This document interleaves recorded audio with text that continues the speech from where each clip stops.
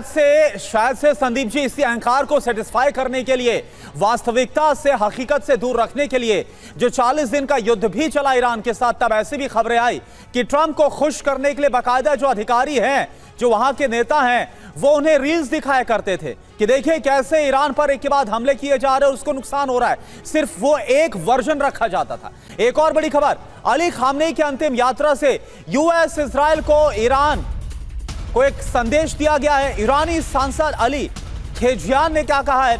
अंतिम दर्शन में बदले की आवाज उठ रही है। विदाई सिर्फ धार्मिक और भावनात्मक सभा नहीं है, अमेरिका और इजराइल के खिलाफ बदले की आवाज और बुलंद हो रही है, यह कहा गया है। तो खामनेई के अंतिम दर्शन में जमा लोगों की भीड़ से अमेरिका और इजराइल भी परेशान है और ईरान इसको अपने दुश्मनों के खिलाफ आक्रोश बता रहा है। ईरान के लोग अमेरिका इजराइल से क्यों खफा हैं, यह भी आइए समझते हैं। खामनेई का बलिदान क्या कीमत अमेरिका और इजराइल अब चुकाने वाले हैं? पहली वजह क्या? सुप्रीम लीडर खामनेई की हत्या कर दी गई। दूसरी वजह 3000 से ज्यादा लोगों की मौत हुई है अमेरिका और इजराइल के हमले के दौरान, 40 दिन के युद्ध के दौरान। तीसरी वजह ईरान पर थोपे गए हैं एक के बाद एक प्रतिबंध। चौथी वजह यूरेनियम संवर्धन पर एमओयू में ये जो कहा गया कि रोक लगाई जाएगी। पांचवी वजह मिसाइल प्रोग्राम पर भी अंकुश लगाए जाने की बात जो कही गई। और छठी वजह होर्मुज पर कब्जे की कोशिश लगातार अमेरिका करता हुआ नजर आ रहा है। सातवीं वजह एनर्जी सेक्टर का जो दमन किया गया है, जिस तरह से एक बड़ा ऊर्जा संकट ईरान के अंदर उठ खड़ा हुआ है, इसको लेकर भी आक्रोश बहुत ज्यादा है।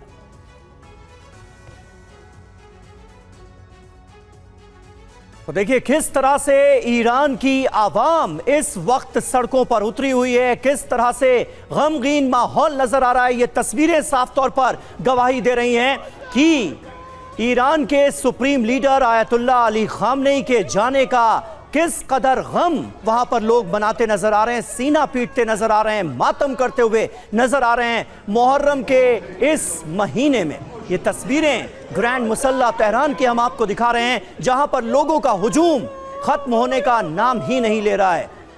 और एक और अहम खबर इस वक्त आ रही है, राष्ट्रपति ट्रंप की करीबी मानी जाती हैं लॉरा लूमर, काफी विवादित शख्सियत हैं, वो एक बड़ा दावा कर रही हैं। सुपुर्दे खाक कार्यक्रम में लगे अमेरिका विरोधी नारे, कार्यक्रम में शामिल हुआ रूस का डेलीगेशन।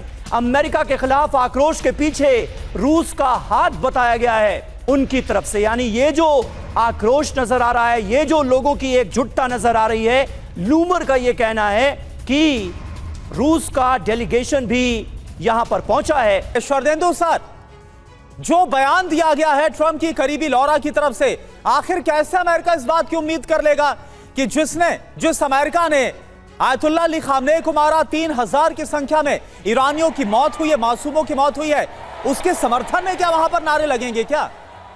देखिए, मेरा मानना है जिस तरीके से अमेरिकन एडमिनिस्ट्रेशन के बयानात आते रहते हैं, वो एक नैरेटिव बिल्ड करते हैं। वो अपनी किसी भी कीमत पे हार मानने को तैयार नहीं है। ट्रंप का काम करने का तरीका है कि अपनी लाइन को अगर बड़ा करना है तो दूसरे की लाइन छोटा कर दो, और वो अपनी लाइन को इंक्रीज करने के लिए कोई ऐसा कॉन्क्रीट कदम नहीं उठाते। तो हर बार ईरान को डिस्क्रेडिट करना चाहते हैं। अब तो वो ये भी बोलते हैं ये घड़ियाली आंसू है, इसमें रूस का हाथ है, जिस तरीके के प्रदर्शन हो रहे हैं और एंटी अमेरिकन सेंटिमेंट वहाँ जगह है। लेकिन जब आप हेड ऑफ स्टेट को मार देंगे, पहले दिन ही असैसिनेट कर देंगे और दूसरे बार उनके तमाम लीडरशिप को खत्म कर देंगे और लगातार बमबारी करेंगे, तो वहां का जनमानस आपकी बड़ाई नहीं करेगा, बल्कि देखिए ईरान को एकजुट कर दिया है। और यही ईरान था 1979 के पहले आपके पिछलग्गू बना हुआ था।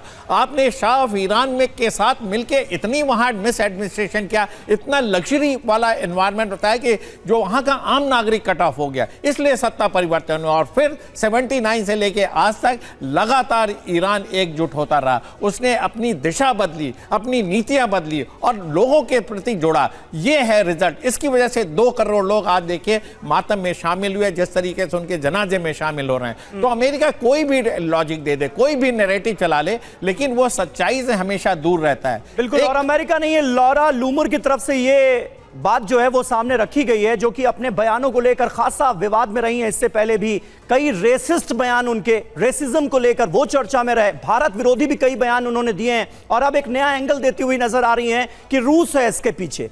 इस आक्रोश के पीछे क्या कोई देश हो सकता है या किसी के होने की जरूरत है? क्योंकि यहां पर तो ईरान के लोग, ईरान की आवाम अपने नेता के जाने के बाद गम मनाती हुई नजर आ रही है। खामनेई की अंतिम यात्रा में हूती डेलीगेशन भी पहुंचा है। हूती समर्थकों को भी झंडों के साथ देखा गया है, यह जानकारी मिल रही है। तो यमन में जो हूती विद्रोही हैं उनका भी एक डेलीगेशन पहुंचा है अंतिम यात्रा में शामिल होने के लिए।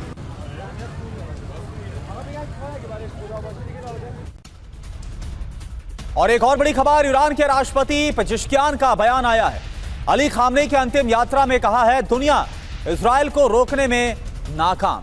इजराइल ने कई देशों पर हमले किए, हम इस्लामिक एकता को मजबूत करेंगे, यह कहा गया है मसूद पेजेश्कियान की तरफ से। तो तेहरान में अंतिम विलाप, इजराइल से संपूर्ण हिसाब होगा क्या? ईरानी राष्ट्रपति मसूद पेजेश्कियान ने क्या कहा? इजराइल को रोकने में पूरी तरह से दुनिया नाकाम है, टारगेट किलिंग और अस्थिरता फैलाता है इजराइल। नेतन्याहू के अपराध पर अंतर्राष्ट्रीय संस्थाएं चुप्पी साधे हुए हैं।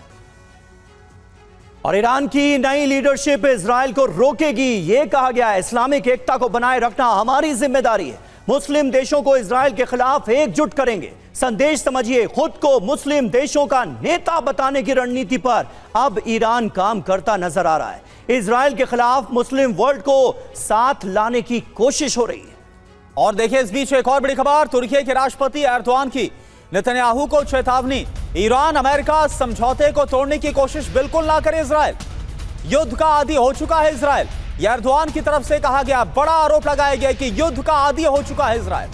बयानबाजी, उकसावे वाली हरकतों से बचना चाहिए इजराइल को।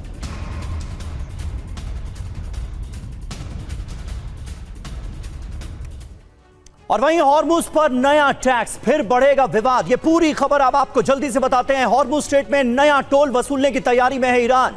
हॉर्मुज से गुजरने वाले जहाजों से ईरान टोल वसूलेगा। नए टोल में सिर्फ मित्र देशों को ही विशेष छूट दी जाएगी। चीन में ईरानी राजदूत रहमानी फाजिल ने यह जानकारी दी है। हॉर्मुज में टैक्स लगा तो होगा क्या? अमेरिका ईरान के बीच तनाव में इजाफा होगा। एमओयू में हॉर्मुज में टैक्स की बात नहीं है, यानी जो एमओयू दोनों देशों की तरफ से साइन हुए हैं उसमें इसका जिक्र नहीं है कि ईरान टैक्स वसूलेगा। ट्रंप पहले से ही ईरान को धमकी देते आए हैं। टैक्स लगाने के नतीजे बेहद विध्वंसक साबित हो सकते हैं।